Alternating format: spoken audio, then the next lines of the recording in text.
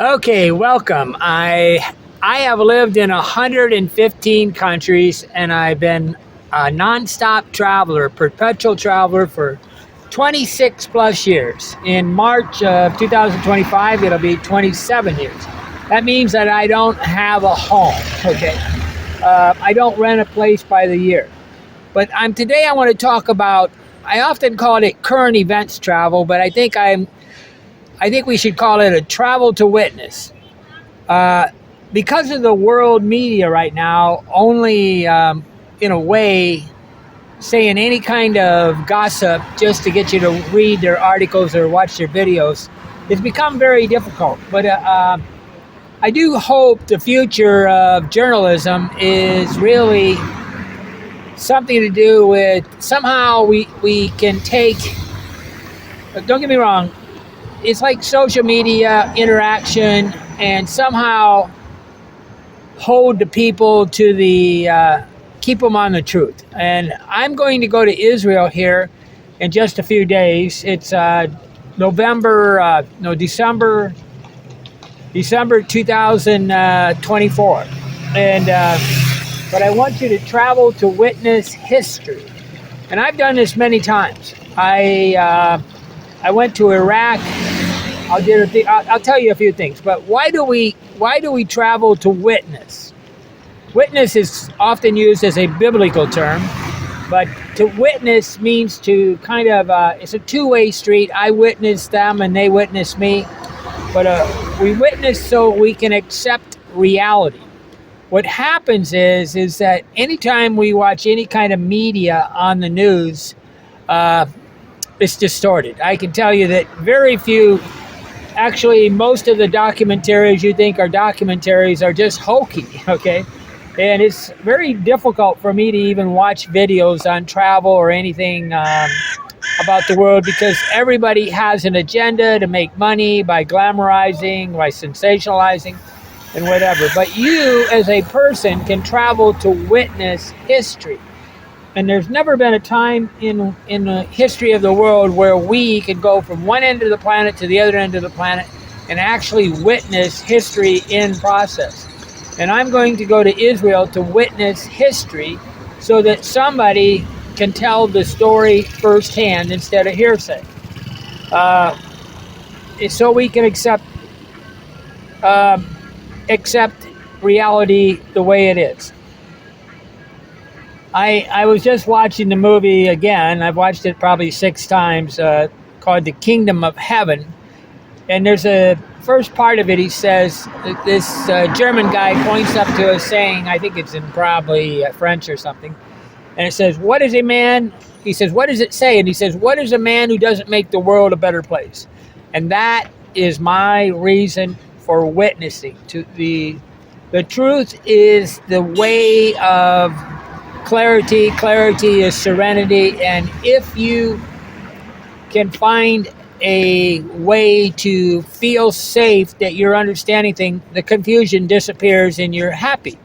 Okay, but I was laughing. One of the quotes when the first start of the movie said, Jerusalem is the center for forgiveness. Okay, and when I get to Jerusalem, which will be in about 2 weeks, what I'll see is a combination of Christian, Muslim, and Jewish coming together in one spot. And it somehow has become the benchmark, the epicenter of these 3 religions. And it's quite interesting because I have been there before. And I was very sad when I was there before, because I was in this hostel called Alpha Sal, and every single person in there had came to Israel to protest against the country of Israel. And that is like looking for evil, okay? And that's what you get to do when you witness reality. You see things that are, you can go home and tell people, but they never believe you, okay? Because the media is, for some reason, with the videos, the way they construct these videos nowadays, they put all these pictures and graphics. There's a thing called cultivation theory that they actually insert a memory and graphics into your brain. It's called cultivation theory. I don't think that the name's kind of weird, but look it up on Wikipedia. And what it means is television memories actually become more real than actual memories. Hola. But I got this video, but I am going to the center of the fight. And in a way, this is the epicenter of three religions. And between religions and kings and queens and dictators and power and land grabs, these are the reasons for war. Okay? But I would really love a personal connection between me and my friends while I'm in Israel. What that means is there's never been a time, when I first started traveling 26 years ago, it was all email and, written newsletters. We didn't even have videos, right? This is before YouTube. And right now, I can turn on the camera, I can go live, and you can sit there and ask me questions. Or we could even connect on WhatsApp on one phone and on a live thing, and I could talk to somebody and they could walk me around and ask me to be their virtual eyes. And I would really like this kind of connection because I want to witness what people care about. And often what I care about is kind of different than what other people care about. So I'm going to Israel to witness, but I'm going to go to the big fight. And friends, when friends are talking to me and communicating with me, they're my filter to help me sort of stay on track and not put my own personal biases into it. I did turn all the comments on YouTube on, and I think, when YouTube first started, there was a lot of ability, a lot of holes and gaps. And I'm pretty sure that I can block all the trolls now because I have no desire to create a place where people argue.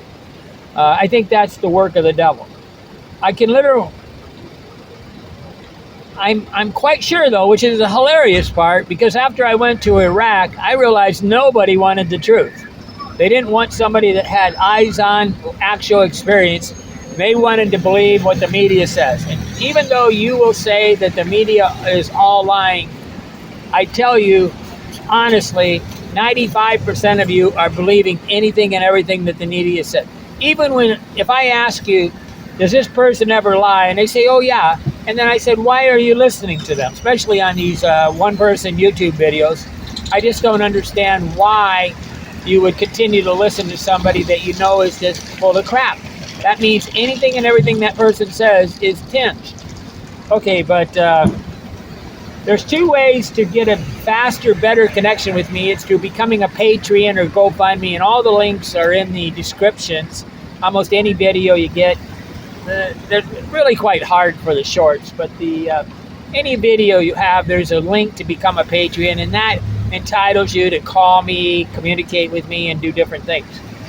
I'm hoping to become a travel witness in Russia next year. It's either going to be Russia next summer, probably June or July when it's warm. I will go to either Russia or Ukraine. I have never been to Russia, so I think it's probably better if I went to Russia.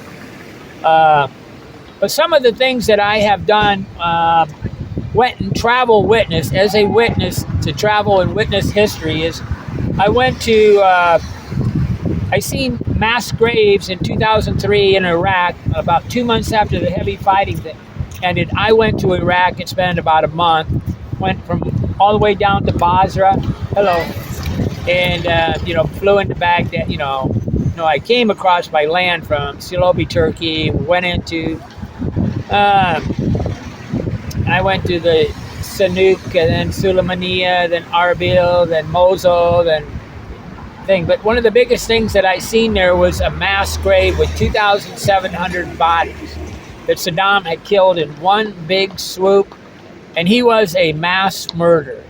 Okay, I was at the Thailand tsunami. I went to Koh Phi Phi right after, really about 5 days after the tsunami happened in Thailand, and I went to the island of Koh Phi Phi and watched them cleaning up. And it's kind of humorous.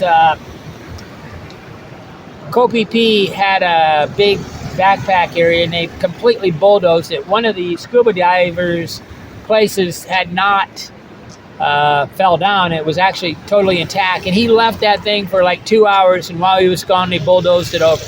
He was all astounded by the country of Thailand, whatever. I was in the war. I was actually in a war in Cote d'Ivoire, Ivory Coast, when it broke out in war. It was kind of an Islamic Muslim war. The Muslims won the war and kind of took over the control of Ivory Coast. All of Africa and all the world's being slowly, I don't know what you want to call it. They're taking over the religion of the planet, because what they do is they breed the Christians out of existence. Plus, what they do is they give social benefits to being a Muslim. Okay, you get to be a macho person. You get to have control over your wife. You get to do all these power things, and it's really a religion of power. And they're giving social power, which is the reason why. In the past, in the 1960s, everybody got dressed up and went to church and walked through the town. And that was a social thing. I really think you have to give some sort of social benefit to become going to church. I was in Yogyakarta, Indonesia, within 5 days after an earthquake. And strangely, if you go to an earthquake, all the damage is done in the first 5 days. Everybody is going to die is dead already. And when we were going in, all the surgeons were leaving the country. But I was in Haiti 1 week before the earthquake. I actually went over to Dominican Republic, and I got to, see Haiti before the earthquake. And I was laughing. People were trying to donate to me because I showed some rag sales, where used clothing sales, and they thought I was raising money. And it's amazing how the aid organizations sit around and take advantage of the goodwill of people. I have very little use for aid organizations, and I think, I don't know, the world has turned into one big land of misconception. And you just cannot trust anybody, and you have to have your default setting as you don't trust a person. That doesn't mean you listen to them and try to deny what they're saying, but you have to assume that everybody's lying to you, especially on the media, on YouTube and whatever. I can tell you most travel videos are just worthless, okay? They are always telling you some fictitious story, trying to glamorize who they are at the expense of the truth. Okay, but you can become a travel witness, and if you see travel and you're in the United States and you see something happen, get in your car, drive there, and inspect it. The first time I ever did this was in Palm Sunday tornado in near Angola, Indiana, Orland, Indiana. We got in the car and we drove around and looked at all the tornado stuff, all the tornado damage. This is Palm Sunday, this is the 1960s or something. But you don't have to be an innocent bystander, somebody that listens to hearsay. You can actually go check out reality and experience reality. And if more people did this and they were willing to tell the truth and not glamorize it, I don't know, maybe AI can take people and try to separate the liars from the thing. I think AI, artificial intelligence, will eventually be able to do this, because people, I don't know what's wrong with them. They will say absolutely anything for fame or money or just to maneuver you, just to be a troll. There's people that have pride in being a troll. Think about that. They have pride that they are a troll. But this idea of canceling another person, that's why I've not had comments on for a few years, because it's a fine line. There's a benefit to comments, don't get me wrong. And on the other side, there's a very negative thing, because people want to argue. It seems to be the natural character of people that they want to argue. But be a travel witness. Just think to yourself, the next time something happens that you consider interesting, get in your car, get in a plane, and go look at it. I'm serious. I'm not joking. If the only way to keep the media honest is if somebody is actually there reporting, and turn on your camera and let it run for an hour. Very hard to lie with a camera, with a video. I mean, they do. Every time you see a cut in a video, that's somebody trying to maneuver you. You see that I put on the video, I turn it on, and I don't turn it off. Hello. Hard for these people to say hello. They're really constipated on the hello stuff. But this is not a friendly country. I mean, it is and it isn't. But it's kind of humorous because the whole world after COVID-19 has become afraid of their shadow. Okay, I'm Andy Lee Graham. I'm going to witness what's happening in Israel. I hope to get close to Gaza. I hope to get close to the West Bank. I hope to get close to Syria. I got about 7 weeks for sure. I could stay about 12 weeks. It's all about money and the quality of my life. I really, to be totally comfortable, I would need to go from a $44 budget to about a $75 a day budget. And then I could have room because I need that downtime. It's the hard part about travel is you need that empty time where no interaction is happening, where your space, where the things that are, all the stimulus is less. But become a witness. If you want to come to Israel and visit me, if you are in Israel and you want to meet up, I'm Andy Lee Graham, hoboontheroad@yahoo.com, hoboontheroad@yahoo.com. My email and my phone number are always in the description. And that is my goal, to witness, be a traveler witness. You can do it too.